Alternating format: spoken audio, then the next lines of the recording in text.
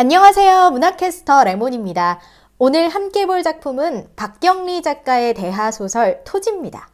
앞으로 차례대로 보게 될 텐데요. 저는 마로니에 북스에서 펴낸 2012년 토지 결정판을 이북으로 구매해서 읽었어요. 원래는 종이책을 더 좋아하는데요. 20권이라는 권수가 만만치가 않고 보관할 곳도 마땅치 않던 차에 이북이 딱 있더라고요. 원래는 킨들에서 원서를 보거나 열린 책들의 세계문학도 이북으로 보고 있는데요. 한국 문학을 이북으로 만나보니까 굉장히 반갑고 또 기분 좋게 읽었습니다. 자, 우리가 오늘 함께 볼 범위는요. 토지 1권의 1편 어둠의 발소리입니다. 서장에서 시작해서 19장까지 총 20개의 장으로 구성되어 있고요. 주인공인 최서희의 어린 시절과 그 가족들의 내력, 그리고 최서희의 가족을 위해 일하는 소작인과 하인들을 소개하는 편이라고 생각하시면 되겠어요. 시간적인 배경은 1897년부터이고요. 공간적인 배경은 경상남도 하동군의 평사리라는 마을입니다. 주인공 최서희의 집을 가리켜 사람들은 최참판댁이다 라고 불러요. 최참판댁은 만석군이라고 불리는 땅 부자이지만 자식 복이 없고요. 사람들이 앞에서는 별 말을 못하지만 뒤에서는 그 땅들이 전부 조상 때에 못되게 모은 재물이야 라고 욕을 하는 집안입니다. 가뭄이 들었을 때 곳간을 풀지 않고요. 적은 쌀을 농민들의 논밭 문서와 바꾸어서 이룬 거라는 거죠. 아니 내 돈인데 내가 남이 굶을 때에 곳간을 왜 풀어야 돼? 하고 의아해하실 분들도 계실 텐데요. 그건 그 당시 양반의 최소한의 도리였어요. 또는 인간의 최소한의 도리죠. 양반이 그냥 태어나기를 양반의 핏줄에서 그냥 태어났기 때문에 양반인 게 아니라요. 다른 사람이 어렵고 힘들 때 돕고 또 국가가 어려울 때 먼저 나서서 힘을 썼기 때문에 양반이었던 거죠. 우리가 알고 있는 양반이랑은 많이 다르죠. 원래는 그래야 맞는 거예요. 근데 약삭빠르게 입속을 계산해서 적은 곡식으로 농민들의 밭을 사들이다니요. 있어서는 안 될 말이죠. 그래서 평판이 좋지는 않습니다. 이런 이야기도 전해져 내려와요. 옛날에 과부 하나가 7아이를 데리고 와서 구걸을 했는데요. 최참판댁을 향해서 그렇게 원망을 하다가 죽었대요. 그래서 이 집에 자식이 귀하다고 합니다. 소설 전체의 주인공 최서희는요. 이 편에서는 자주 등장하지 않는데요. 5살의 서희는 매우 천방지축에 하고 싶은 대로 하느라고 몸종인 봉순이와 길상이를 애먹이는 인물이다 정도로 기억을 하시면 됩니다. 서희의 어머니는 곱디 고운 별당 아씨고요. 아버지는 가까이만 가도 울음을 터뜨릴 정도로 엄격하고 무서운 최취수입니다. 이 두 부부는 사이가 그리 좋지는 않아요. 최취수는 원래 몸이 좀 약하고 사람이 굉장히 철저하고 무서운 데가 있는 사람이었거든요. 이 집의 큰 어른으로는 최취수의 어머니 윤씨 부인이 있습니다. 윤씨 부인은 엄격하지만 한편으로는 자애롭기도 해서 사람들이 잘 따른답니다. 이마가 아주 넓고 눈이 깊은 얼굴을 하고 있고요. 남편을 아주 오래전에, 그러니까 남편이 21살 때 잃고 말아요. 왜냐? 그 사연도 참 기구한 것이요. 최치수가 자꾸 아파서 어렸을 때요. 윤씨 부인이 불공을 들이고 온 다음 날 개 2마리가 밖에서 사슴을 물어 뜯어서 죽여놓았는데요. 최참판댁 노비들이 그걸 얼씨구나 하고 구워 먹고 있더라고요. 그걸 지나가다가 본 윤씨 부인의 남편, 그러니까 최씨죠. 최씨가 지나가는 길에 한 입을 먹었는데 그때부터 설사와 구토를 멈추지 않더니 그대로 숨을 거둡니다. 되게 기이한 일이죠. 평사리 대부분의 사람들은요, 이 최참판댁의 땅에서 소장농으로 살고 있어요. 또 이 집에는 노비 제도가 철폐되었는데도 불구하고 아직도 노비로서, 머슴으로서 일하는 사람들이 많았죠.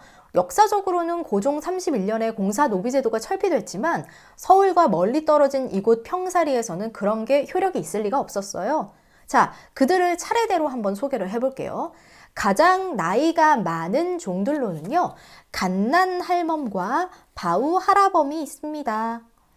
이 둘은 오래전부터 윤씨 부인을 모시고 산 사람들이라 이 댁에서 일어난 일을 모두 알고 있는데요. 바우 할아버지가 나이가 드셔서 돌아가시면서 갓난 할멈만이 이 댁의 모든 비밀을 아는 유일한 사람이 됩니다. 자, 그 다음으로는 구천이라는 종이 있어요. 그는 아주 의문스러운 분위기를 풍기는데요. 일도 아주 잘하고요. 말이 원체 없습니다.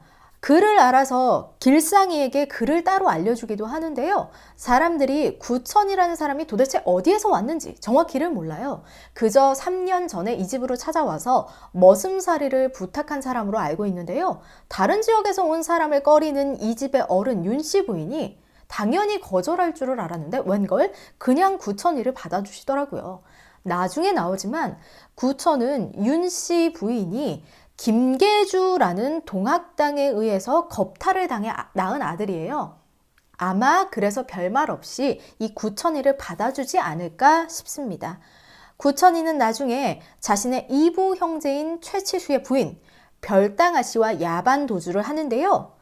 최치수는 그때 강포수라는 사냥꾼을 시켜서 지리산에 숨어 있다는 이들을 잡을 계획을 합니다. 자, 별당아 씨. 그러니까 엄마가 도망친 이후에 서희는 점점 더 까탈스럽고 짜증스러워지는데요. 당연한 것이 집안 사람들이 엄마 얘기만 해도 쉬쉬하고 혼을 내기 때문이죠. 그런 짜증을 다 받아주는 인물이 바로 이 두 사람, 봉순이와 길상입니다. 봉순이는 어렸을 때부터 오광대 소리를 잘해서 어머니인 봉순내에게 혼이 아주 많이 나는데요. 서희보다는 2살이 많은 아주 착한 친구입니다. 봉순이의 아버지는 오래전에 바람이 나서 집을 나갔기 때문에 어머니와 봉순이 이렇게 단 둘이 살고 있어요. 그 봉순내는요, 천민은 아니기 때문에 이 댁에서 사람들의 존중을 받으면서 일을 돕고 살고 있습니다. 자, 길상이는요, 구리에 있는 연곡사라는 절에서 온 아이인데요. 아까 윤씨 부인이 불공을 드렸다고 했죠. 그곳이 바로 연곡사였는데요. 그곳에 있던 우관 스님이 윤씨 부인이 불공을 드리러 왔을 때, 자, 이 아이를 돌보시면 공덕이 될 것입니다 라고 하면서 길상이를 이 집의 머슴으로 보내게 됩니다. 조금 얄미운 종으로는요, 이 집에 귀녀라고 계집종이 하나 있는데요. 심부가 굉장히 나쁜 데다가 하는 말마다 사람의 마음을 은근히 긁어서 사람들의 미움을 받고 삽니다. 별당아 씨가 집을 나가고 나서는 몰래 아씨의 폐물을 빼돌려서 팔 만큼 철이 없고 성질이 나쁘고요. 함께 어울리는 사람으로는 아까 이야기했던 강포수와 그리고 김평산입니다. 자, 김평산 얘기를 좀 해볼까요? 한마디로 시정잡배예요. 무반 출신이라고 양반 행세를 하는 건 둘째치고요. 하만댁이라는 부인을 두고 있는데요. 하만댁이 길쌈을 해서 돈을 좀 벌어놓으면 그걸 들고 나가서 노름을 하느라 탕진을 하고요. 자신의 마음이 뒤틀리면 툭하면 아내에게 손찌검입니다. 이용이라는 인물과는 굉장히 대비가 되는 인물인데요. 이용은 중인 출신으로 평사리에서 제일 얼굴도 잘생기고 인물도 잘난 사나이인데요. 굉장히 마음 됨됨이도 괜찮은 사람이에요. 툭 하면 그 최참판댁을 헐뜯고 나쁜 말을 흘리는 칠성이라는 사람이 있는데요. 이 칠성이에게도 좋은 말로 그런 말 하지 말아라 하고 달래는 것으로 보아서 정말 괜찮은 사람이에요. 다만 이용 역시도 부인 강창댁과 문제가 큰데요. 강창댁은 이용의 첫사랑인 월선이 있죠. 월선이 때문에 죽을 지경이거든요. 월선이는 무당의 딸이었는데요. 그 당시에 무당과 결혼하는 건 진짜 재수가 없는 일이다 라고 여겼기 때문에 결국 이용의 집에서 반대를 해서 강창댁과 결혼을 했고요. 월선이 역시 먼 곳으로 시집을 갔기 때문에 자연히 둘 사이가 멀어졌었죠. 그런데 문제는 월선이가 그러고 나서 10년 만에 다시 이곳 하동으로 돌아와서 주막을 차린 거예요. 결국 월선과 이용은 무당집에서 몰래 만나게 됩니다. 그러니 이용의 부인인 강창댁이 화를 내고 힘들어하는 건 당연한 일이죠. 자, 이용에게는 윤보라는 친구가 있었는데요. 동학당이라는 소문이 있었지만 그 당시 조병갑의 수탈에 참지 못해서 달려들었던 농민 중 하나에 불과했고요. 그 당시 세력을 떨치고 있었던 김계주 있죠? 김계주의 인물 됨됨이가 그리 좋지 않은 걸 보고 뒤도 돌아보지 않고 떠나온 사람입니다. 여기서는 곰보의 키도 크다라고 나와 있는데요. 덩치도 역시 좋고 힘도 센 사람입니다.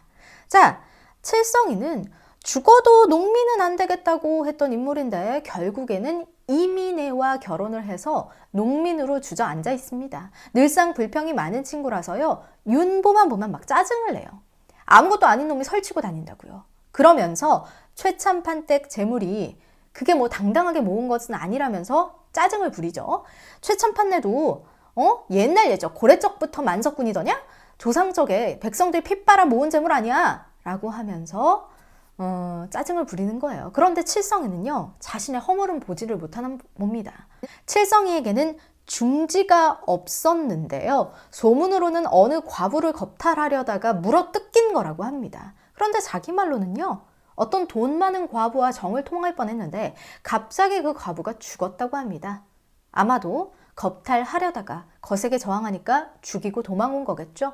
아주 못난 인간입니다. 그리고 앞으로 서희의 가족에 큰 시련을 가져다 줄 인물이 등장합니다. 바로 서울의 몰락한 양반이자 최치수의 재종형인 조준구인데요. 얼굴이 하얗고 다리가 짧다고 묘사가 되어 있어요. 그는 처음에 치수가 좀 시골 양반, 얼뜨기인 줄 알고 돈이나 떼어 먹으려고 수작을 부리다가 치수에게 된통당한 전력이 있습니다. 자, 이러는 동안 서희는 차츰차츰 슬픔 속에서 때이른 성장을 하게 됩니다. 서희는 마음이 자란 것이다. 슬픔은 다른 아이들에게보다 그에게 더 많은 지혜를 주었던 것이다. 자, 1편 처음이라 주요 인물 소개가 주를 이루었었죠. 본격적인 사건은 아직 시작되지 않았습니다. 여기까지가 1편 어둠의 발소리의 이야기고요. 다음 주 일요일 토지 일부 2편으로 만나뵐게요. 지금까지 문화캐스터 레몬이었습니다.